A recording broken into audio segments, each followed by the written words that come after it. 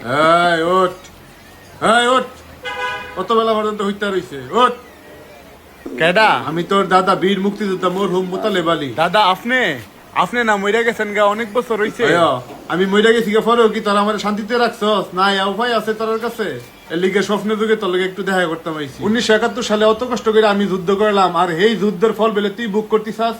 তুই বেলে আমার এই হেডম দিয়া বেলে তুই চাকরি দিতিছাস কেরে? তোর নিজের কোনো হেডম নাই? পারলে নিজের যোগ্যতা একটা চাকরি লিয়ে দেখাই দে। কে লিগে দাদা কবে যুদ্ধ করতে সেই যুদ্ধ লিয়ে টানাটানি শুরু করে দিছস। আর আমি মরছি কতদিন হইছে, একদিনও তো দেখলাম না আমার কবরের মধ্যে গিয়ে একটু আমার লিগে দোয়া করতে, মোনাজাত করতে। আর আমি দেখছি না, আমি বাচ্চা থাকতে আমার শেষ বয়সে তোরা আমার কত যত্ন, কত অবহেলা করছস, কত কষ্ট হয় আমি মরছি। আর আমি মরার পরে তোরা সবাই আনন্দ করছিলি, খুশি ছিল যে বুড়াটা মরছে, মইরা আমরা আবার করে দিয়ে গেছে, শান্তি করে দিয়ে গেছে।